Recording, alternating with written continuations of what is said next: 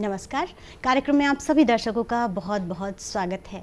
मित्रों, आज बड़े गर्व का दिन है और आज की हमारी चर्चा का विषय भी बहुत गर्व का है और बहुत ही गर्व के साथ हम आपको बताना चाहेंगे कि आज इस कार्यक्रम में विशेषज्ञ के तौर पे हमने जिन्हें बुलाया है उनके बारे में बताकर भी हमें बहुत गर्व हो रहा है। आज हमने खास तौर पर आमंत्रित किया है श्री D.K. गिलहरी सर को, व्यवहार न्यायाधीश एवं सचिव, जिला विधिक सेवा प्राधिकरण कांकेर। सर, आपका बहुत बहुत स्वागत है हमारे कार्यक्रम में। नमस्कार।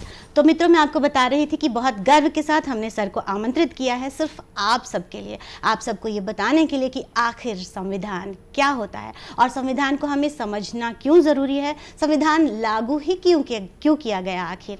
तो बताना चाहेंगे कि जीवन में अनुशासन का होना बहुत ज़रूरी है। अगर नियम कानून ना हो तो उच्च श्रृंखल हो जाता है व्यक्ति और तब किसी देश और समाज में अपराध की प्रवृत्तियाँ पनपती हैं, असामाजिकता पनपती है और इन्हीं सारी चीज़ों से बचने के लिए हमारे बड़े बुजुर्गों ने, हमारे पूर्वजों ने संविधान का निर्माण किया।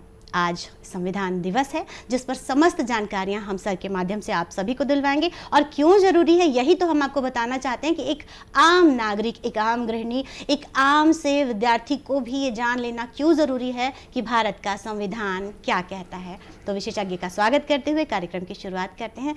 पुनः नमस्कार करते हैं सर और आपसे ही जानना चाहते हैं कि संविधान क्या है। हमारे तमाम दर्शक देख रहे हैं और संविधान को समझना उनके लिए क्यों ज़रूरी है ये आपसे जानना चाहेंगे। देखिए, संविधान, चूंकि मनुष्य एक सामाजिक प्राणी होता है जी, उसे समाज में मिलजुल के रहना होता है, तो निश्चित रूप से मनुष्य के अधिकार एवं कर्तव्य जी, सृजित होते हैं। उन अधिकारों कर्तव्यों को जी, लिपिबद्ध करना, जी, नियम बनाना, विधान बनाना आवश्यक है। जी, इसी उद्देश्य की पूर्ति के लिए संविधान का निर्माण किया जाता है और इसी संविधान के अंतर्गत, जी, संविधान में बनाए गए नियमों के अंतर्गत हम सब नागरिकों को निवास करना पड़ता है, जी, जीवन यापन करना पड़ता है, जी, उसी नियम से चलना होता उसी है। नियम से तो संविधान दिवस मनाए जाने के पीछे क्या कारण है? संविधान दिवस कब मनाया जाता है और उसी दिवस पर क्यों मनाया जाता है? भारत देश जब स्वतंत्र हुआ, जी, उसके पश्चात जनता के लिए एक विधान बनाने की आवश्यकता पड़ी। जी, समिति का गठन हुआ, जी, प्रारूप समिति का गठन हुआ। जी, उनके द्वारा संविधान निर्माण किया गया। जी, उसे बनने में कुल 2 वर्ष 11 माह और 17 दिन लगे। जी, प्रारूप समिति में 6 सदस्य थे। जी, डॉक्टर भीमराव अंबेडकर जी, इनके अध्यक्ष थे और ये 26 नवंबर 1949 को बनकर तैयार हुआ। जी, उस दिन हमने, भारत के नागरिकों ने उसे जी, अंगीकृत किया, जी, इसलिए उसी दिनांक से 26 नवंबर 2049 से जी, हम विधि दिवस या संविधान दिवस के रूप में इसे मनाते हैं। कितने लोग थे? आपने बताया कि 6 लोग थे। कितना वक्त लगा, कितने दिन लगे संविधान बनाने में? कुल 2 वर्ष 11 माह और 17 दिन लगे इसे जी, बनाने में। जी, क्योंकि इतना लंबा समय ऐसा लगना स्वाभाविक था। जी, हमारे देश का संविधान आज तक का सबसे बड़ा लिखित संविधान है। जी, बहुत सारी विशिष्टियाँ इसके अंदर हैं, जी, इसलिए इसको बनाने में उतना जी। समय लगा। तो आपने कहा लिखित संविधान है, तो क्या हम इसे पढ़ सकते हैं? एक आम नागरिक कहाँ पढ़ सकता है? जो मूल प्रति है या जो अथेंटिक एक कॉन्स्टिट्यूशन हमारा है उसे एक आम आदमी किस तरह पढ़ सकता है? कहाँ से प्राप्त कर सकता है? मेरा ऐसा मानना है कि भारत का संविधान की जो पुस्तक है, जी, वो देश के सभी नागरिकों के घर पर होनी चाहिए। जी, और ये सामान्यतः सभी पुस्तक की दुकानों में उपलब्ध होता है, जी, ऑथेंटिक होता है और इसे सामान्य तौर से कोई भी व्यक्ति पढ़ सकता है, समझ सकता है। मूल प्रति अंग्रेजी में है, जी, परंतु हिंदी में भी इसके उदाहरण उपलब्ध हैं बाजार में, जहाँ से हम इसको क्रय कर सकते हैं। जी, आपने बताया कि उस दिन हमने इसे मान्य किया। लागू कब किया गया भारतीय संविधान को? लागू 26 जनवरी 1950 को लागू हुआ, जी, उसी दिनांक को हम गणतंत्र दिवस मनाते के रूप हैं। में मनाते हैं, गणतंत्र दिवस के रूप में मनाते हैं, उसी दिन से लागू हुआ। उद्देश्य क्या थे सर? मूल उद्देश्य की अगर हम बात करें कि संविधान बनाया गया, इतने लोगों ने डॉक्टर भीमराव अंबेडकर के साथ और 6 लोग मिलकर उन्होंने संविधान की रचना की, इतना समय लिया, तो उसके पीछे और भी बहुत सारी चीज़ें, ये तो हमने सामान्य ढंग से बात की कि नियम कानून ज़रूरी हैं किसी घर में भी और देश में और समाज में। उन लोगों की क्या सोच थी कि इस बात को ध्यान में रखकर इसके मूल उद्देश्य की बात अगर करें तो क्या है? जब हम स्वतंत्र हुए जी, तो हमारा देश एक लोकतांत्रिक देश बना, जहाँ पर प्रजा के लिए शासन है। जी, इसके पहले हमारे पास कोई लिखित संविधान नहीं था, जी, तो प्रजा के लिए शासन कैसे होगा, जी, उसका नियम उपनियम विधान बनाना आवश्यक था। जी, व्यक्ति के मौलिक अधिकार, मौलिक कर्तव्य, जी, इन सब चीज़ों को लिपिबद्ध करना आवश्यक था। जी, उन सभी उद्देश्यों की पूर्ति के लिए संविधान का निर्माण किया गया। जी। सर, हमारा देश जैसे कि भारत बोलते हैं अनेकता में एकता का संदेश देता है, इतनी विविधताएं हैं, इतने राज्य हैं, सबकी संस्कृति, सबकी सोचने समझने का ढंग अलग अलग होते हुए भी एक है, तो निश्चित रूप से संविधान का पालन करवाने में अड़चनें भी आती होंगी, चुनौतियां भी आती होंगी, तो इन सब से निपटने में कैसे कारगर होता है हमारा संविधान? बिल्कुल, हमारा देश जो है, जी, इसकी भौगोलिक संरचना, भाषाई विविधता जी, ऐसी है कि हम जैसे एक सामान्य भाषा में कहते हैं, जी, एक कहावत है, 2 कोस में पानी बदले 4 कोस में जी, पानी। बिल्कुल, तो इस विविधता को जी, एक सूत्र में पिरोने के लिए, पूरे देश को बांध के रखने के लिए जी, हमारा संविधान बहुत ही सहायक है, क्योंकि संविधान में ऐसी चीज़ें हैं, ऐसा प्रावधान किया गया है जी, कि ये किसी भी जन्म स्थान या भाषाई आधार पर जी, या भौगोलिक आधार पर जी, भेद नहीं करती है। जी, अर्थात पूरे देश में एक तरीके का कानून लागू है, जी, एक तरीके का संविधान लागू है। जी, यही एक ताकत है जो पूरे देश को बांध के रखती है। जी। आपने कहा कि हर एक व्यक्ति को संविधान पढ़ना चाहिए, क्यों पढ़ना चाहिए? उसे क्या मिल जाएगा, क्या फ़ायदा, क्या ताकत, क्या ऊर्जा मिल जाएगी? हम इसको विस्तार से जानना चाहेंगे। भारत देश का प्रत्येक नागरिक जन्म से लेकर मृत्यु तक, जी, सुबह सो के जागने से लेकर रात के सोते तक, जी, किसी न किसी विधि से बंधा हुआ है, और वह विधि संविधान से निर्मित हुई है। जी, तो यदि हम किसी विधियों की जानकारी नहीं रखेंगे, जी, अनजाने में ही हम ऐसे काम करते जाएंगे जो हमारी संविधान को क्षति पहुंचाता है। दूसरी चीज़ें, हमारे जो अधिकार हैं जी, एक नागरिक होने के नाते, जी, और एक नागरिक होने के नाते हमारे जो देश के प्रति कर्तव्य हैं, जी, उन सभी को जानना आवश्यक है, जिसके लिए हमको अध्ययन करना पड़ेगा संविधान का। जी। सर, आप हैं और आप इतनी अच्छी तरह हमें समझा रहे हैं, तो हम चाहते हैं कि एक बार हमारे इस माध्यम से भी आप दर्शकों को समझाएं कि अधिकार और कर्तव्य, अधिकार तो हम सबको यूं भी पता चल जाते हैं, हम चाहेंगे कि आप कर्तव्यों के बारे में, एक आम नागरिक का क्या कर्तव्य है, आप हमारे दर्शकों को समझाएं। देखिए, जब मेरा कोई अधिकार है, जी, मेरा कोई अधिकार सामने वाले का कर्तव्य है, जी, परंतु सामने वाले का अधिकार मेरा कर्तव्य है। एक छोटे से उदाहरण से मैं आपको समझाना चाहूँगा। हम यह नहीं कह सकते कि इस सड़क पर यदि अभी फ़िलहाल मैं चल रहा हूँ तो आप नहीं चलेंगे, जी, क्योंकि उतना अधिकार उसको भी है। जी, बहुत सुंदर। तो अधिकारों को तो जानना आवश्यक है, जी। कर्तव्यों को भी जानना आवश्यक है। जी। हमारा ये आवश्यक कर्तव्य है कि हम देश के संसाधन की रक्षा करें, पर्यावरण की रक्षा करें।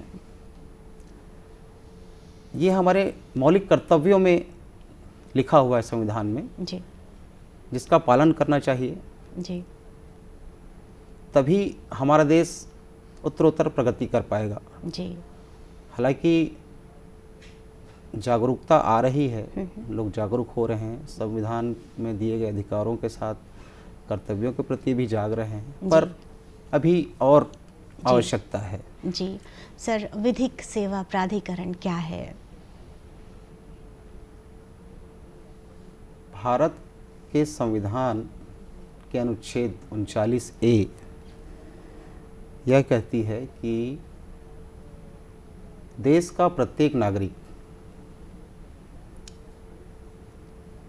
न्याय पाने का अधिकारी है, निःशुल्क न्याय पाने का अधिकारी है। जी इस उद्देश्य की पूर्ति के लिए, संविधान के इस उद्देश्य की पूर्ति के लिए विधायिका के द्वारा विधिक सेवा प्राधिकरण की स्थापना की गई, जी जो कि 4 स्तरों में काम करती है। जी राष्ट्रीय स्तर पर हम इसे राष्ट्रीय विधिक सेवा प्राधिकरण के नाम से जानते हैं। जी राज्य स्तर पर राज्य सेवा प्राधिकरण के नाम से जानते हैं। जिला स्तर पर हम इसे जिला विधिक सेवा प्राधिकरण के नाम से जानते हैं, एवं तहसील स्तर पर तालुका विधिक सेवा समिति के नाम से जानते हैं। जी हमारा कार्य है, प्राधिकरण का कार्य है, भारत देश के प्रत्येक नागरिक, इनके लिए कुछ कैटेगरी निर्धारित की गई है, कुछ पात्र व्यक्ति निर्धारित किए गए हैं, उनको पूरी तरह से निःशुल्क विधिक सहायता प्रदान करना। उसमें जो पात्र व्यक्ति हैं, भारत देश के निवासरत, भारत देश की सीमा में निवासरत जी सभी महिलाएं, जी सभी नाबालिग जी बच्चे, अनुसूचित जाति वर्ग के व्यक्ति, अनुसूचित जनजाति वर्ग के सभी व्यक्ति, जी और ऐसे सभी व्यक्ति जिनकी आय वार्षिक जी 1.5 लाख या उससे कम है। इसके अतिरिक्त जो प्राकृतिक आपदा से ग्रस्त व्यक्ति हैं और जो जेल में निरुद्ध हैं, विचाराधीन बंदी, जो अपना बचाव नहीं कर पा रहे हैं, ये सारे लोगों को हम निःशुल्क में विधिक सहायता प्रदान करते हैं। जी अधिवक्ता नियुक्त करके देते हैं और उनके समस्त न्यायालयीन खर्चों का भार प्राधिकरण उठाती है। इसके अतिरिक्त हमारा कर्तव्य होता है कि हम लोगों के बीच में, जैसे आप लोगों ने मुझे यहाँ बुलाया, यह भी उसका हिस्सा है, आम नागरिकों के बीच में जाकर, स्कूल कॉलेजों में जाकर, पंचायतों में जाकर, रोजमर्रा के जीवन में उपयोग होने वाली कानूनी पहलुओं की जानकारी देना, जी ताकि वो अनजाने में अपराध ना करें। इसके अतिरिक्त जैसा कि सबको विदित है कि न्यायालयों में प्रकरण का भार बहुत ज़्यादा है जी और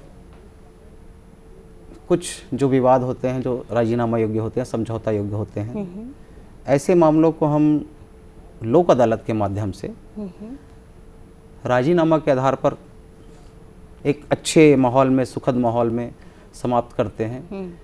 लोक अदालत का आयोजन कराना भी प्राधिकरण का कर्तव्य है। जी प्राधिकरण लोक अदालत आयोजित करती है। जी इसके अतिरिक्त एक बहुत महत्वपूर्ण चीज़ है जी जो मैं इस मंच के माध्यम से कहना चाहूँगा। जी बिल्कुल। जो महिलाएं हैं, माताएं हैं, जी वो बहुत बार लैंगिक अपराध का शिकार बनती हैं। जी छोटे बालक, चाहे बालिका हो या बालक हो, जी ये भी लैंगिक अपराध का शिकार बनते हैं। इन्हें क्षतिपूर्ति राशि दिए जाने का प्रावधान है। जी वो क्षतिपूर्ति राशि भी प्राधिकरण के माध्यम से प्रदान की जाती है। जी, आपने महिलाओं और बच्चों की बात की, तो यही इसमें हम जानना चाहेंगे, क्या स्त्रियों एवं बालकों के लिए विशेष उपबंध करना अनुच्छेद 15 का उल्लंघन होगा? उपबंध के बारे में हम चाहेंगे कि आप हमारे दर्शकों को बताएंगे। अनुच्छेद 15 जी सभी को समानता का अधिकार प्रदान करती है, परंतु वो, जैसा आप समझ रही हैं, जी सभी हम जानते हैं कि किन्हीं तत्कालिक परिस्थितियों के कारण जी जो महिला वर्ग है, भारत देश में जो महिला वर्ग है, पुरुष प्रधान समाज में जी थोड़ी सी उनकी स्थिति पुरुषों के बराबर नहीं है, जी यदि हालांकि इसमें काफ़ी हद तक सुधार हुए हैं और सुधार हो रहे हैं लगातार, जी तो उनको बराबर दर्जे में लाने के लिए जी अनुच्छेद 15 यह बंधन नहीं लगाती कि राज्य महिला और बच्चों के लिए विशेष प्रावधान करे। इसलिए मेरा ऐसा नहीं मानना है कि महिला और बच्चों के लिए विशेष प्रावधान करने से अनुच्छेद 15 का उल्लंघन होता है। जी, अभी सुधार की आप बात कर रहे हैं, तो सुधार की या संशोधन की प्रक्रिया किस तरह की जाती है, अपनाई जाती है? एक आम नागरिक, आम दर्शक के लिए आपसे जानना चाहेंगे कि सुधार तो होता है, कुछ चीज़ें ऐसी होती होंगी जो लगता था कि तत्कालीन परिस्थितियों में ये नियम बनाया जाना ज़रूरी था, पर अब ऐसा लगता है कि इसकी ज़रूरत नहीं है, या इसमें और सुधार करने की ज़रूरत है, या इसे कमतर करने की ज़रूरत है? ऐसा कभी महसूस विद्वानों को होता होगा, तो उसके लिए फिर क्या किया जाता है?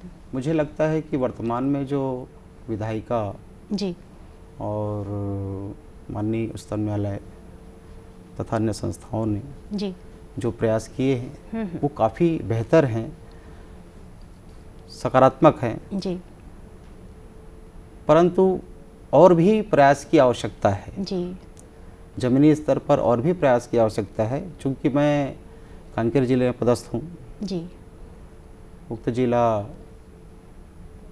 भौगोलिक दृष्टि से और शैक्षणिक दृष्टि से पिछड़ा हुआ है, इसलिए मेरा व्यक्तिगत रूप से ऐसा मानना है कि इसमें सुधार की और आवश्यकता है। हालांकि सभी संस्थाएं अपने अपने स्तर से बेहतर काम कर रही हैं और मुझे विश्वास है कि हम लक्ष्य को प्राप्त करेंगे। जी सर, विद्यार्थियों को सिखाया जाना चाहिए तो किस स्तर पे, किस तरह से और ज़्यादा संविधान के बारे में लोगों को जागरूक किया जा सकता है? उसके लिए और क्या प्रयास होने चाहिए? किस स्तर पे उन्हें पढ़ाया जाना चाहिए, बताया जाना चाहिए? जिस प्रकार से अभी शिक्षा का पैमाना बदला है, जी जैसे एक ताज़ा उदाहरण है, हमारे यहाँ शनिवार को बैगलेस डे होता है शनिवार को, जी तो ऐसे समय में या एनएसएस कैंप होते हैं, एनसीसी कैंप होते हैं, जी ऐसे मौक़ों पर संविधान की प्रारंभिक जानकारी बच्चों को दी जा सकती है, जी उन्हें जागरूक किया जा सकता है। जी इसके अतिरिक्त हम जैसे न्यायपालिका से जो जुड़े लोग हैं, जी हम सहर्ष तैयार रहते हैं हमेशा जी उन लोगों के बीच में जाकर जी जानकारी देने के लिए। तो यदि कोई चाहे, जी स्कूल संस्था कोई चाहे, कॉलेज संस्था कोई चाहे, या पंचायत या कोई भी ऐसी संस्था चाहे कि वे आएँ और हमारे लोगों को जानकारी दे, तो हम जाकर जानकारी देते हैं। जी, बहुत सुंदर सर। एक और सवाल जो अक्सर मन में आता है सर, आप हैं तो आपसे पूछ लिया जाए। सूचना का अधिकार अधिनियम 2005 लागू हुआ है, इसके बारे में जानना चाहेंगे, क्या इस पर कभी प्रतिबंध लगाया जा सकता है? मुझे ऐसा नहीं लगता है। जी राष्ट्रीय सुरक्षा के मामलों में या राज्य समझे कि यह गोपनीयता का विषय हो सकता है, जी ऐसे विषयों को छोड़कर पारदर्शिता तो रहनी चाहिए जी और मुझे ऐसा नहीं लगता कि इस पर प्रतिबंध लग पाएगा। जी सर, आज आप हमारे बीच हैं, इतनी सारी जानकारियाँ आप दे रहे हैं, आपकी भी इच्छा होती होगी कि आप दर्शकों को, समाज को कोई संदेश दें संविधान के बारे में, ख़ास तौर पर हमारे देश के संविधान के बारे में, नियम कानूनों के बारे में। तो आज एक संदेश, आज के इस शुभ दिन हम चाहेंगे आपसे कि आप हमारे दर्शकों को, हमारे दर्शकों में बच्चे भी हैं, बुज़ुर्ग भी हैं, युवा भी हैं, महिलाएँ भी हैं, उनको आप क्या संदेश देना चाहेंगे? भारत को जो संविधान है, जी सबसे पहले तो मैं कहना चाहूँगा कि इसकी जानकारी हम सबको होनी चाहिए। न केवल अधिकार की जानकारी होनी चाहिए, बल्कि कर्तव्य की जानकारी भी होनी चाहिए। हमारा नैतिक दायित्व है अपने देश के प्रति, उसको आगे ले जाने के प्रति। जो भी परिस्थितियाँ, चीज़ें रहती हैं वो अलग बातें हैं, परंतु मूलतः हमारे मन में, हमारे दिल में देश और संविधान के प्रति सम्मान बहुत आवश्यक है। जी मैं अंत में 2 शब्द बोलकर अपनी वाणी को देना चाहूँगा। जी अधिकार है, कर्तव्य है, कानून है, दलील है, विचारों का अंबार है, समानता का अधिकार है, ऐसा अद्भुत हमारे देश का संविधान है। वाह, क्या बात है, बहुत सुंदर सर। इतने सुंदर ढंग से आज आपने हमें संविधान को समझा दिया है। मुझे लगता है कि हमारे दर्शक आज बहुत प्रसन्न होंगे और वे निश्चित रूप से बहुत अच्छी तरह, बहुत भली भांति ढंग से संविधान का अध्ययन करेंगे। सर, इतनी सारी जानकारियाँ देने के लिए आपका बहुत बहुत धन्यवाद। फिर ऐसे ही आपके मार्गदर्शन की आवश्यकता होगी। तब तक के लिए नमस्कार। तो मित्रों, आज के हमारे विशेषज्ञ गिलहरी सर ने हमें बताया है कि हमें अपने देश के प्रति सम्मान होना चाहिए और संविधान के प्रति आदर का भाव होना चाहिए, जो हम सभी में है, पर इसे और बढ़ाना है और हमें अपने संविधान को बहुत अच्छी तरह समझना है, अपने अधिकारों का उपयोग करना है और कर्तव्यों का पालन निश्चित रूप से करना है। तो ऐसे ही किसी कार्यक्रम में फिर आपसे मुलाकात होगी। तब तक के लिए नमस्कार।